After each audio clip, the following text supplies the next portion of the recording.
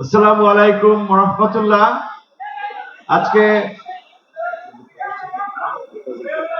মার্কাজুল ফুরকান শিক্ষা প্রতিষ্ঠান কর্তৃক আয়োজিত আজকের এই আন্তর্জাতিক ক্রীড়া প্রতিযোগিতা, এখানে অসাধারণ তেলাওয়াত শুনেছি এবং নিশ্চয়ই এটাও একটা সৌভাগ্য যে এরকম একটি অনুষ্ঠানে অংশগ্রহণ করতে পারাটা, এবং শেষ সময় এসেও অন্তত এর শরীক হতে পেরেছি। আমার এখানে অনেক মুরব্বিয়ান আলেম ওলামারা আছেন, বিশেষ করে এখানে সাবেক ধর্ম প্রতিমন্ত্রী কাউকবাদ ভাই, সাবেক শিক্ষা প্রতিমন্ত্রী এহসানুল হক মিলন ভাই, দুজনই খুব আলোকিত মানুষ।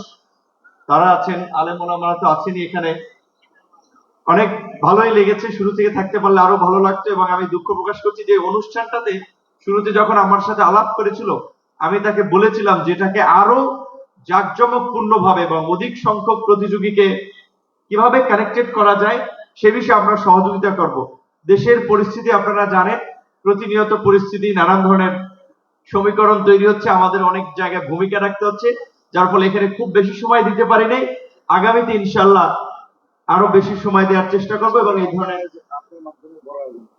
এবং আয়োজনের ভাই বলেছে যে নেক্সট টাইমের আয়োজনে অবশ্যই আমি বললাম যে আয়োজনটা এর চেয়ে বড় করা এবং আরো বিদেশি মেহমানদেরকে সম্পৃক্ত করা। ঘোষণা অলরেডি দেওয়া হয়েছে ডিসেম্বরের 15 তারিখের মধ্যে আর্মি স্টেডিয়াম ইনশাল্লাহ। সেই ক্ষেত্রে আমরা আর্থিক, মানসিক, বুদ্ধিভিত্তিক সব ধরনের সহযোগিতা করবো। এবং এখানে মিলন ভাই এবং কাকবাদ ভাই থাকতে আর কোনো টেনশন নাই। সবাইকে আবারও সালাম, আসসালামু আলাইকুম।